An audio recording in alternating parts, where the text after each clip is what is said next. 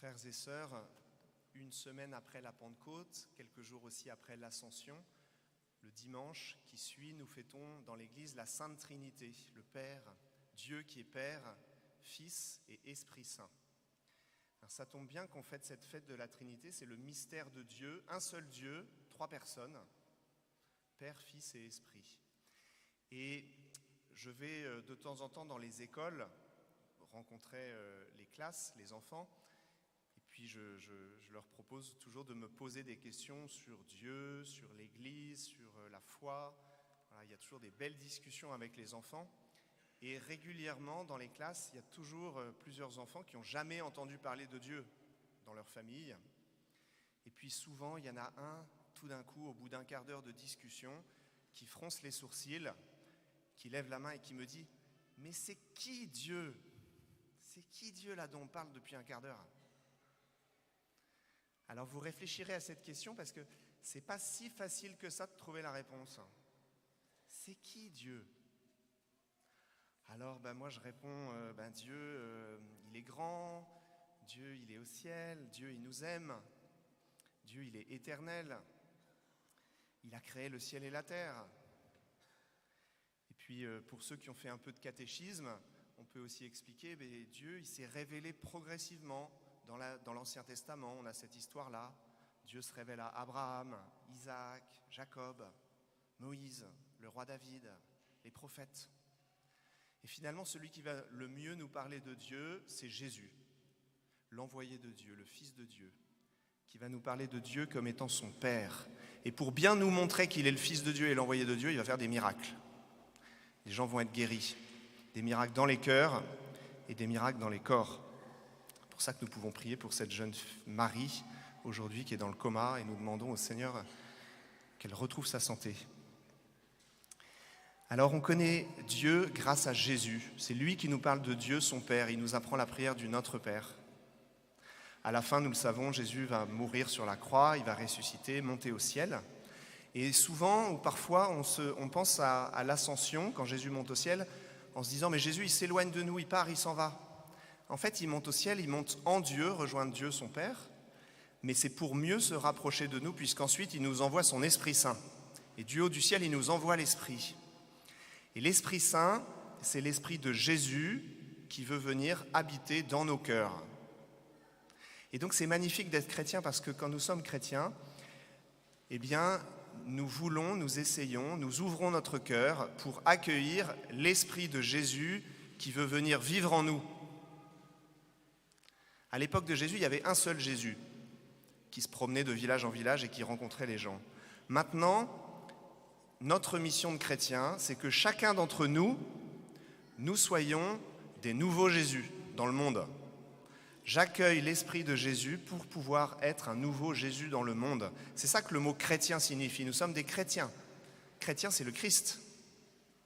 Donc notre mission, c'est d'être des nouveaux Jésus-Christ dans le monde aujourd'hui. Et Jésus a besoin de nous pour ça. Alors, il faudrait que nos yeux soient les yeux de Jésus pour regarder le monde comme il le regarde. Il faudrait que nos bouches soient les bouches de Jésus pour dire du bien, pour encourager, pour donner la vie. Il faudrait que nos mains soient les mains du Christ pour travailler et faire du bien dans ce monde. Il faudrait que nos pieds et nos jambes soient celles de Jésus pour nous mettre en mouvement et nous permettre d'aller à la rencontre des autres. Il faudrait que nos visages soient le visage du Christ, rempli de bonté, de douceur, d'humilité, de patience à l'égard des autres, pour rire, pleurer, encourager, écouter. Il faudrait que nos cœurs soient les cœurs de Jésus pour aimer et pardonner. Pour aimer et pardonner tous nos proches. Ça peut être son conjoint dans la vie de couple, les enfants, les parents, les grands-parents, les collègues de travail, toutes les personnes que nous rencontrons partout. Voilà notre mission de chrétien. Alors peut-être vous vous dites, oui, tout ça c'est bien beau, mais moi je ne suis pas Jésus. Donc ça, je ne vais pas réussir à le faire. Je ne peux pas en fait. Je ne suis pas Jésus, moi, je me connais. Et si vous vous dites ça, c'est très bien parce que vous êtes normaux. On est tous pareils. C'est à la fois ce qu'on aimerait vivre et en même temps ce qu'on n'arrive pas à vivre. Et bien c'est pour ça qu'on vient à l'église. C'est pour ça qu'on vient communier notamment. On vient dire à Jésus, Jésus, voilà ce que j'ai envie de vivre. Moi, je veux bien t'imiter un peu plus pour faire du bien aux autres, pour rester calme, patient, etc., etc. Mais en même temps, j'y arrive pas. Alors viens m'aider. Et l'Eucharistie, c'est cette nourriture qui nous est donnée, nourriture du cœur, de l'âme. C'est cette force de Jésus qui nous est donnée pour progresser, pour avancer avec l'Esprit Saint, pour pouvoir nous changer. Dimanche après dimanche, c'est cette nourriture pour notre âme qui nous est donnée. Et quand nous vivons cela, alors Jésus nous accompagne. C'est ce qu'on a entendu dans l'Évangile. Allez, de toutes les nations, faites des disciples. Baptisez-les au nom du Père et du Fils et du Saint-Esprit. Apprenez-leur mon enseignement, mes commandements. Et moi, je suis avec vous tous les jours jusqu'à la fin des temps. Jésus nous accompagne dans cette belle mission. Et nous venons demander ça, d'être des nouveaux Jésus dans le monde. Saint Paul, dans la deuxième lecture, nous disait « Vous avez reçu un esprit, l'Esprit Saint, qui fait de vous des fils. Ce n'est pas un esprit de peur, mais un esprit d'enfance, enfant de Dieu. » Alors, on a vécu une belle année de catéchisme avec tous les enfants. La plupart font du caté depuis 2 ou 3 ans. Et je vais vous lire quelques petits mots. Je leur ai demandé de m'écrire ou de me faire un dessin sur leur communion.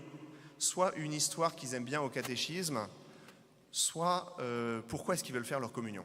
Alors, je ne vais pas citer les prénoms, mais je vais quand même vous citer quelques extraits des lettres, parce que c'est vraiment très beau, et ça permet de savoir ce qui se passe dans le cœur des enfants. Je veux faire ma première communion, car nous sommes tous ensemble. C'est ce qu'on vit ici, et on est heureux.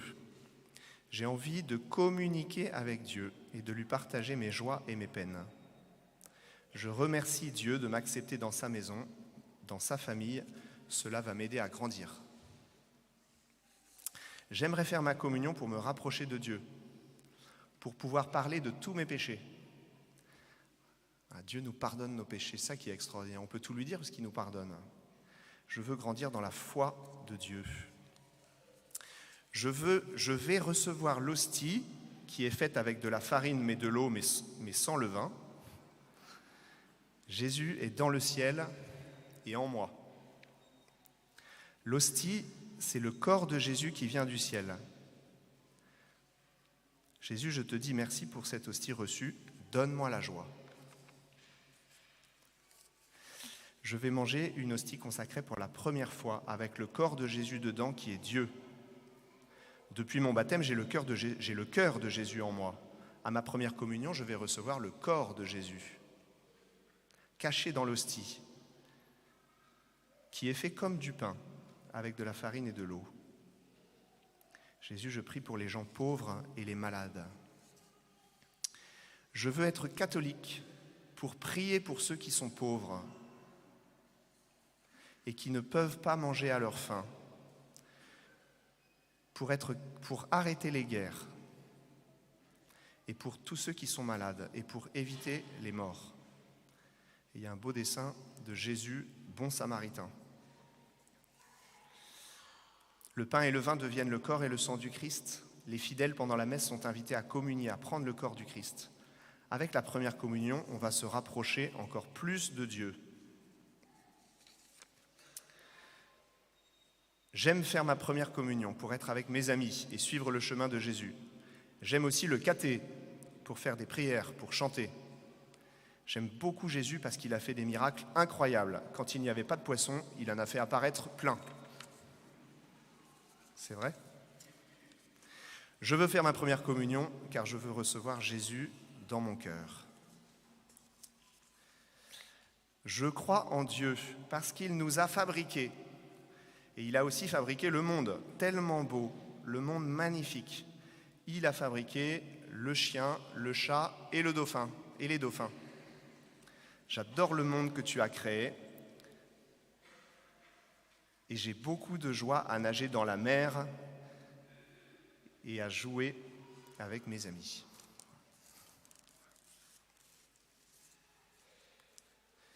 Je veux continuer mon intégration dans la famille de Dieu, effectivement, la communion, l'Eucharistie nous intègre dans la famille de Dieu. Je veux en connaître plus à son sujet. Il me pardonne mes péchés. Voilà pourquoi je veux faire ma communion. J'aime beaucoup Jésus. Et pour mieux me rapprocher de lui, je fais ma première communion pour qu'il vienne dans mon cœur. Je t'aime, Jésus. Puis encore 2 derniers. J'ai hâte de faire ma première communion parce que c'est un moment important pour moi. Communier me permet de me sentir plus proche de Jésus. Recevoir l'hostie, c'est vraiment comme le pain qu'on mange le matin. L'hostie est bénie. En fait, c'est plus que bénie, elle est consacrée. L'hostie est consacrée. Ça lui donne une force qui entre dans mon cœur et qui m'aide à faire de bonnes actions. C'est l'Esprit Saint. Recevoir cette force tous les dimanches, c'est un bonheur. Merci à ceux qui nous ont préparés et surtout à ma catéchiste. Je ne vous dis pas le nom, mais je lui ai transmis. Et puis dernière lettre, je vais faire ma première communion parce que je suis enfant de Dieu. Je veux recevoir le corps de Jésus dans son pain. Il sera en moi et je vivrai en lui.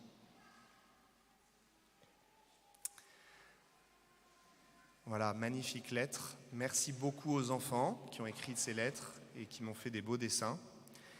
Et je propose que nous terminions par un instant de silence et de prière. Les enfants nous introduisent à la prière avec leur cœur d'enfant. Eh bien, nous aussi, prenons maintenant tout de suite quelques instants de silence dans notre cœur pour prier Dieu, pour lui parler, parce que Dieu a aussi des cadeaux à nous faire, à nous. Peut-être que nous, on a des choses à lui dire, à lui demander. Eh bien, c'est le moment pour le faire, dans un instant de silence où on va tous se mettre en silence. Et puis aussi, on peut essayer d'écouter le Seigneur. Peut-être qu'on peut laisser monter en nous peut-être des inspirations, des sentiments, des paroles qui vont nous revenir. Enfin, Dieu veut nous parler à tous, les uns et les autres. Dieu veut nous rejoindre tous, les uns et les autres, aussi au cours de cette messe. Alors prenons tous ensemble, on s'assied bien, on peut fermer les yeux aussi si on veut. Puis on prend tous quelques instants de silence où chacun, les uns et les autres, nous pouvons adresser à Dieu une prière personnelle, lui parler et essayer de l'écouter.